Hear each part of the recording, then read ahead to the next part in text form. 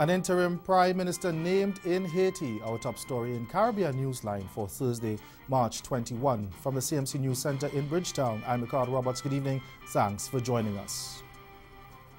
Jean-Michel Lapin has been appointed Haiti's interim Prime Minister 3 days after lawmakers voted to censure his predecessor, Jean-Henri Siant, and his 6-month-old government.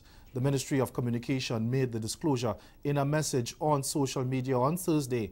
Lapin, who is the Culture and Communications Minister, has been charged with running Haiti's day-to-day affairs pending the formation of a new government.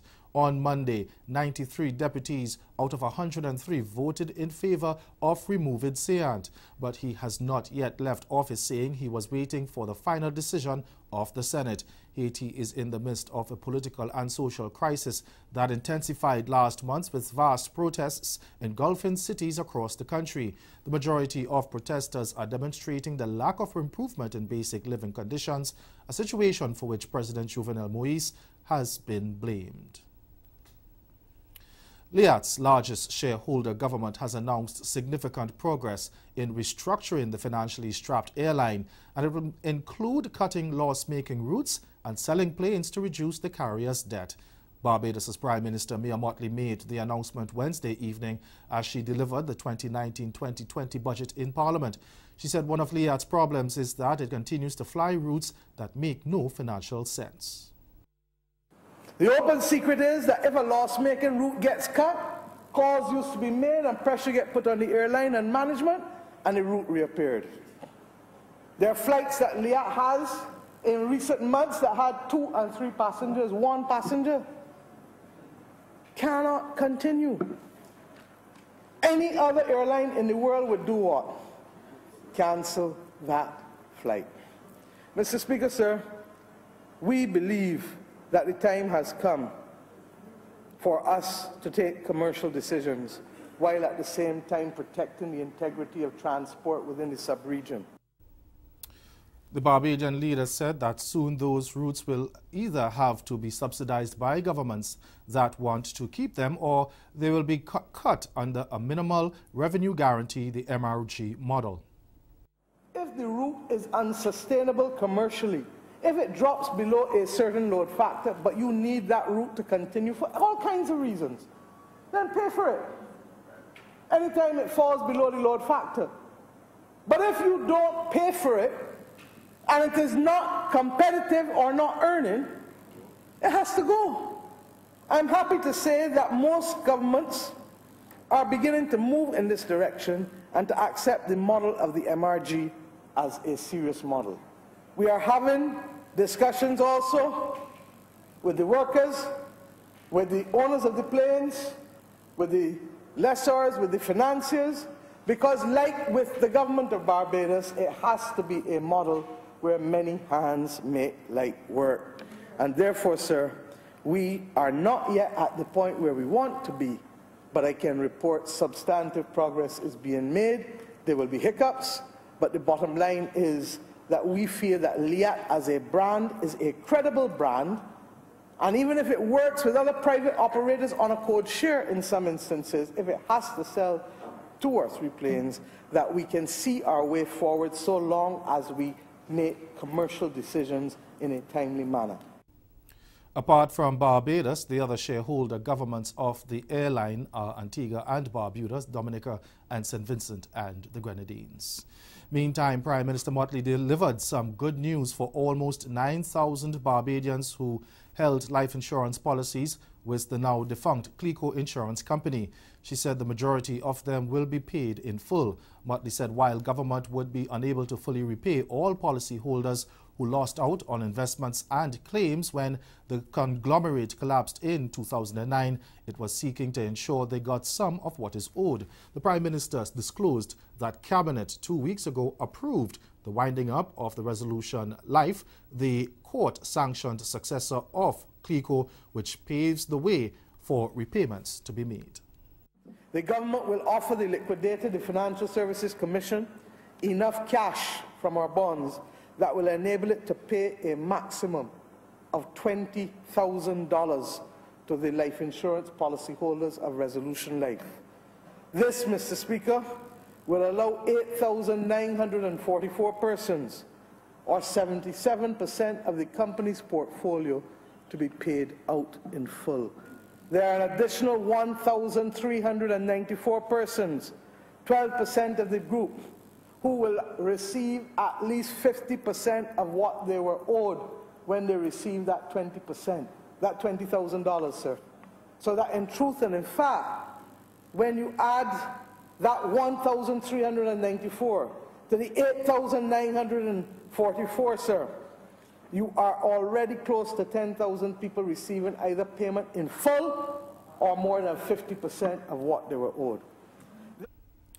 Motley admitted that there are others owed more than $20,000, but said government simply does not have the cash to pay them. So, administration will instead issue 15-year bonds to allow the Financial Services Commission, the FSC, to eventually pay those life insurance policies in full. And for those individuals who held executive flexible premium annuities, the government will provide a special 15-year bond to cover their original principal. And as far as the 2019-2020 budget is concerned, Prime Minister Motley announced several tax measures and incentives. She said there would be changes to the income tax, including the introduction of a compensatory income credit that would in effect mean no one earning less than $35,000 would pay income tax. Additionally, government is reducing rates on taxable income. However, Motley also announced an increase in bus fares from $2 to $3.50. In the coming months, the gaming industry, which the Prime Minister said has not paid any taxes since 2011, will soon have to pay its share. From May 1st, there will be a 20% withholding tax on gambling winnings and a 17.5% gambling tax on the net drop of all gaming establishments. The High Court in St. Vincent has dismissed 2 petitions filed by the opposition New Democratic Party, the NDP, challenging the results in 2 constituencies in the December 2015 general elections. The Unity Labour Party, ULP, secured a 4th consecutive term in office after winning 8 seats to the NDP's 7 seats in the polls. Now, the NDP challenged the results in North Windward and Central Leeward, 2 of the seats the ULP won. But acting High Court Judge Justice Stanley John on Thursday declared that the victories of Montgomery Daniel and Benjamin Exeter were valid. Justice John said he was satisfied that the electoral process in both constituencies were conducted substantially in accordance with the law, and the acts and omissions of the presiding officers and the returning officers were not such either separately or collectively to affect the final results of the elections. Meanwhile, lawyers for the petitioners say they are disappointed with the ruling and plan to appeal. Opposition leader Godwin Friday says he too expected a different outcome.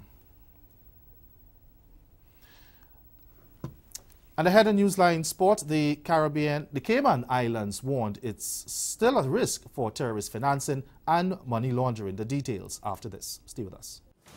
Don't jump up to this non-stop turn and twist. What up, it's your boy French Montana. It's me, Smokey Robinson. It's your boy David Doe. Hi, I'm Element. This is Buju Banton, and I'll be performing live with the Shiloh Band in St. Kitts Music Festival. Don't miss the 23rd Annual St. Kitts Music Festival, June 26th to June 30th, 2019. Featuring Buju Banton, Smokey Robinson, Popcorn, and Element. Also, Davido, French Montana, Fimba, Edwin Yearwood and Crossfire, Coco T, Skinny Fabulous, Shal Marshall, Charlie Black, Farmer Nappy, Nadia Batson, Infamous, New Vibes Band, and many, many more. It will be epic. It will be mind-blowing. It will be jaw-dropping. It will be awesome. The St. Kitts Music Festival, an experience like no other.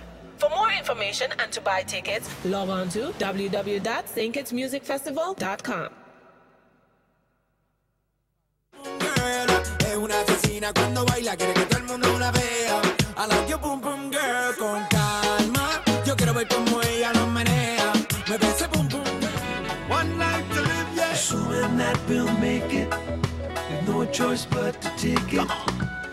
I'm with you, the war said. We'll dress for happy. We bow, you shouldn't even be out. There no reservations at the you go on. I'm gonna ride it, do it just like. Up to 20% of women of reproductive age will develop fibroids, non-cancerous growths in the womb that can cause pain. Now, risk factors include race and family history, but women can lower their chances of developing fibroids by eating a healthy diet, free of alcohol and processed foods. That's the perspective of naturopathy expert Dr. Malaika Agbeko. Dr. Agbeko is encouraging women to choose a healthier diet.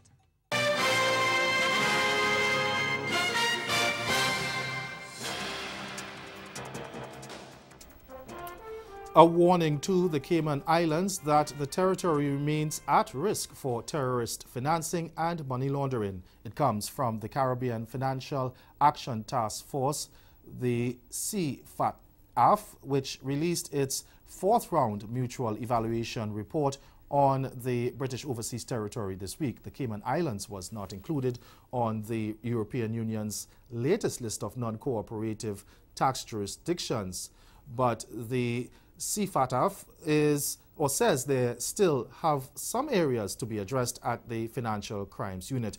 We get the details in this report from Cayman 27. And the 274-page report highlights local efforts to combat money laundering and terrorist financing. But it says gaps in resources at the Financial Crime Unit, as well as limited legislative oversight, have left the country's financial services sector open to abuse.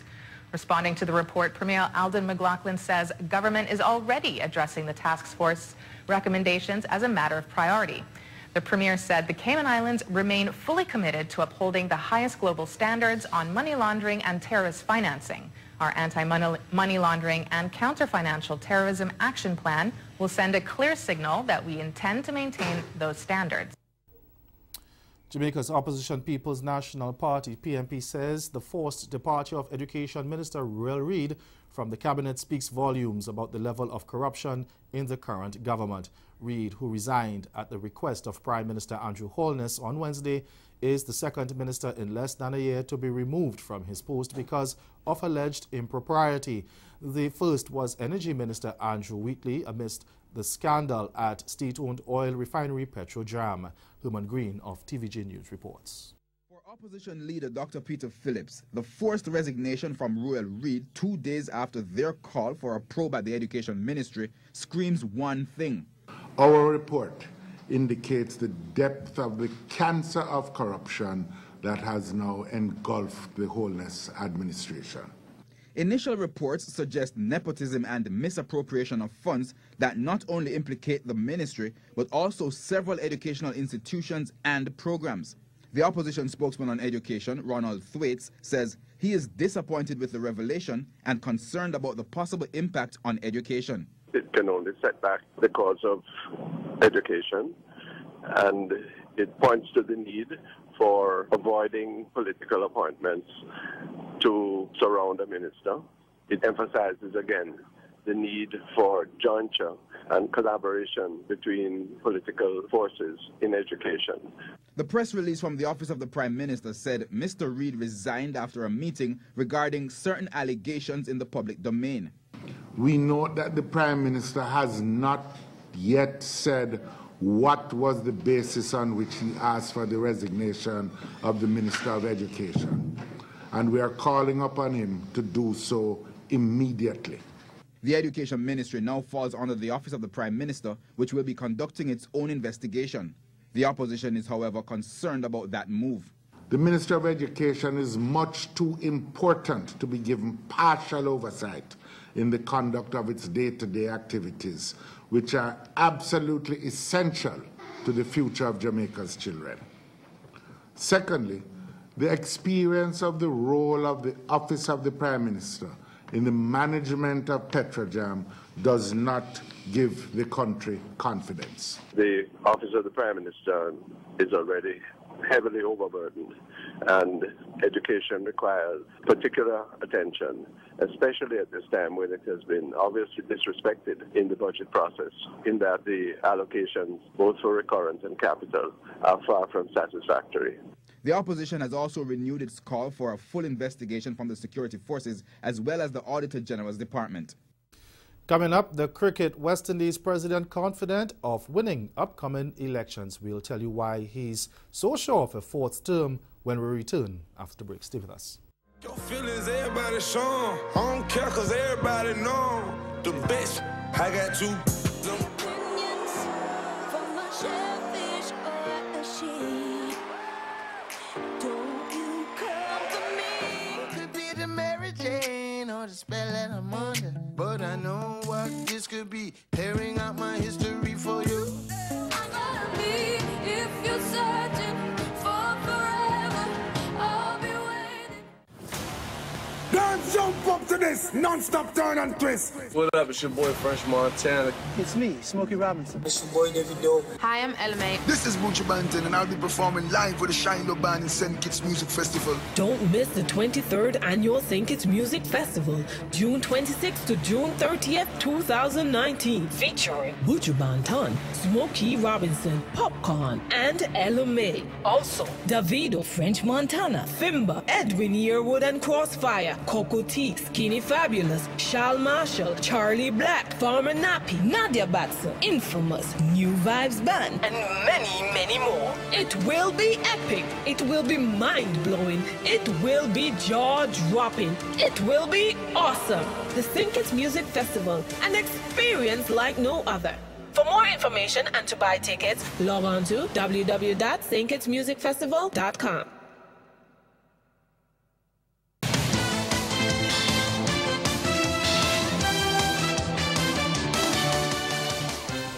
Topping our Newsline Sport this Thursday, cricket West Indies President Dave Cameron does not believe he can lose Sunday's elections, especially with 3 territorial boards already in his corner.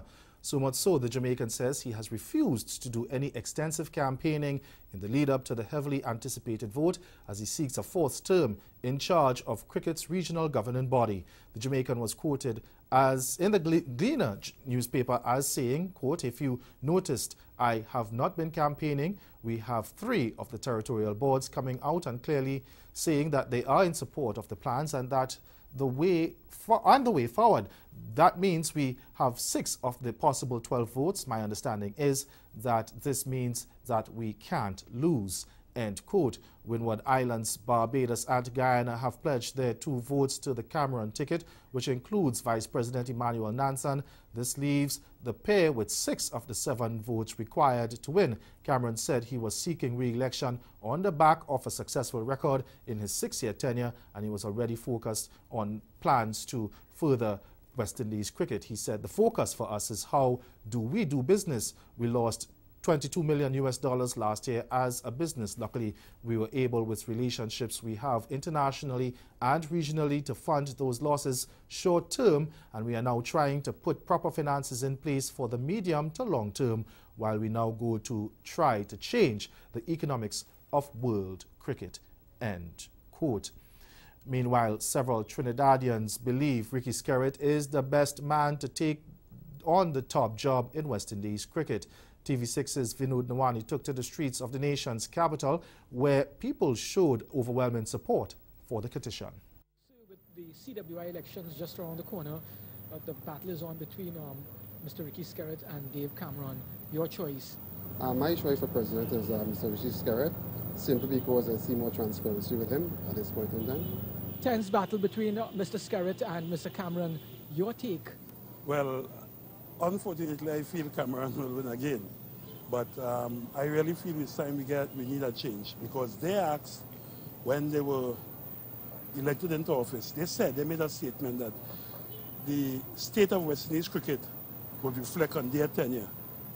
And given the state of our cricket, notwithstanding what happened a month ago with the victories against England and the drawn ODIs, West Indies cricket not in a good state as far as I'm concerned. So I think it's time for a change. I would like Ricky Skerritt to be the new president. You know why? Give somebody else a try. Dave Cameron have been there a very long time, and it's time to make a change. I never saw him play cricket. He never said bowl a dosa. So what the purpose of keeping him right there? We need a change. Try Ricky Skerritt from St. Kitts Nevis. Sir, your choice of CWI president? My choice will definitely be Mr. Skerritt. I'll tell you why. Cameron is his name, it becomes monotonous, you know. We need a new system. We need a new philosophy. And based on the behavior and the way in which West Indies is playing cricket, you can definitely see something is wrong. Because, I mean, you're not playing cricket in the backyard, you're not playing fight fin, and you're playing international cricket. And they beat themselves in the last 3 games because they didn't put down the head and play the game how it's supposed to be. Over to football now. Barbados has hired legendary Trinidad and Tobago midfielder Russell Latapi as head coach of the senior men's national team on a 2-year contract. The 50-year-old Latapi will oversee his first match when Barbados hosts Nicaragua in a crucial CONCACAF Nations League qualifier on Sunday. CBC's Melissa Farley has that story. Barbados has appointed former national Trinidad and Tobago captain Russell Latapi as head coach on a 2-year contract. His appointment comes as the Bajan Tridents bid to qualify for the 2026 FIFA World Cup finals. The announcement was made this morning by BFA President Randy Harris at a media conference. It is not just a situation of Russell looking for a job. He has been very, very interested in our team and its development. And he's happy with the talent that we have in Barbados, and he believes that he can take it to the next level. And I think that he has convinced me earlier, Clark, that he would play a very significant role in the successes of a Barbados team now and in the future. The former Soccer Warriors attacking midfielder says he's ready for the task ahead. I've seen the team play on numerous occasions, and I know that it is a talented bunch of players. You know, I've spoken to the technical director watching the game they played a few weeks ago. And I'm happy to say that, you know, we have a bunch of players who are talented. Most importantly, though, not only talented, but they're prepared to work very hard. You know, and I think for any coach, if you have a team that is willing to work hard, then I think that is half of the battle done. I would do my best to improve the level of the team and whatever I can do to assist in the improvement of Barbadian football, and that would improve football in the region in general. And I think everybody sitting here, that is one of our main goals, to help improve football in this region. Latapi takes over the role from technical director Ahmed Mohamed, who held the coaching position for over a year. Meanwhile, the Belize Jaguars are expecting a tough fight against the Guyana Golden Jaguars, who are hungry for their first berth in the CONCACAF Gold Cup. Channel 5's Andra Polanco caught up with the team before their departure to Florida and filed this report. The Belize Jaguars are hoping to qualify for the CONCACAF Gold Cup for a second time, but first they have to defeat Guyana's national football team. On Saturday night, it will be a showdown of the Jaguars as our team, the Belize Jaguars, take on the Golden Jaguars of Guyana. Before they left Belize today, the team held a meet and greet with students in Belize City where they took pictures and received well wishes from young fans. Assistant coach Dale Palayo Sr. says the team brings experience and talent with a mix of veteran footballers and young players who started training since last year. He says that they're ready to repeat history. This group of players has been together from the first Gold Cup. The older players has been there, and then we have added our young talented players to join the senior guys. And so we have been training from preparation from the first game. And the training continues, and we are ready, we are prepared, and we are confident that we will go into Guyana and make history once again for Belize. Among the 19 players are familiar faces like Shane Aria, Dion McCauley, Elroy Quillen, and Ian Gainier, along with several up-and-coming players as well as international players. Coach Palayo Sr. says that this bunch represents Belize's best in football. Guyana's Golden Jaguars team has never been to the Gold Cup, and so they're looking for a win to make history for their country. Belize Jaguars say they're ready for what their opponents will bring. Well, they're at home, so it's obvious they're going to come out attacking. So we got to be prepared mentally for the first at least 20 minutes of the game, because it's going to start intense. If anything, they might come out 3 forward at us, so we got to be prepared for that. You think the younger members of the team are ready for it? Yeah, I think they are. They're showing it with their clubs, so I think they're prepared for it. I don't think these young players are are rookies. They've been playing in the league for years, so I think they're old enough to stand whatever they bring. Well, I see our strengths as in the midfield, we're very strong. We have some quality strikers, and our defensive line are very experienced. So I think with experience, we have what it takes. Pelayo says they've sized up Guyana's Golden Jaguars, and he also believes that the game will not be easy, but that Belize Jaguars team has everything it takes to win. They are physical, they are fast. They are within the Caribbean countries, you know that these countries are physical. They are just like us, but I believe the technical part of the game, we are more technical than them, and that's what we have been working on in holding position of the ball. In holding position of the ball, that will give us opportunity to look, have more looks at goals, and more looks at goals, one will count. And that's sports. Stay with us. We'll be right back.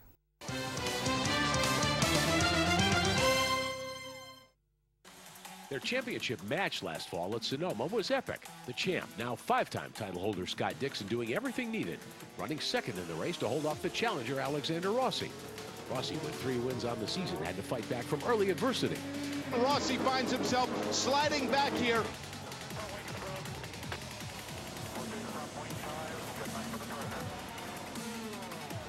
He put on a grand charge from the back of the field, coming up just short.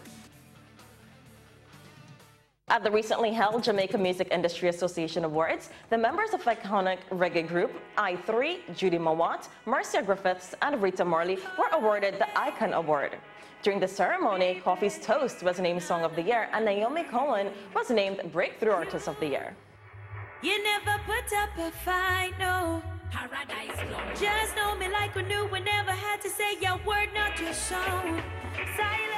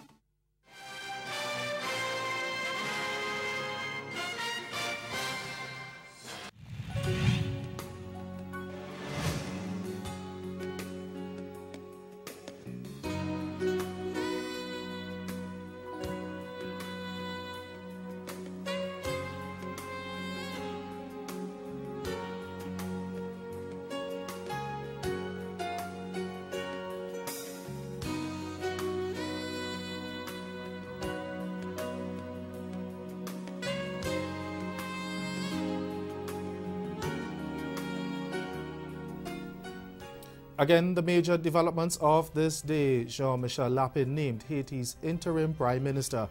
And in sport cricket, West Indies President Dave Cameron confident of victory in this weekend's elections with 3 territorial boards already in his corner. That's Caribbean Newsline. For news and sport round the clock, subscribe to CarnaNews.com. For more of our programming, log on to caribvision.tv and check out our YouTube channel. But we'll be back here again tomorrow. But from all of us at CMC News, thank you for watching and have yourselves a good night.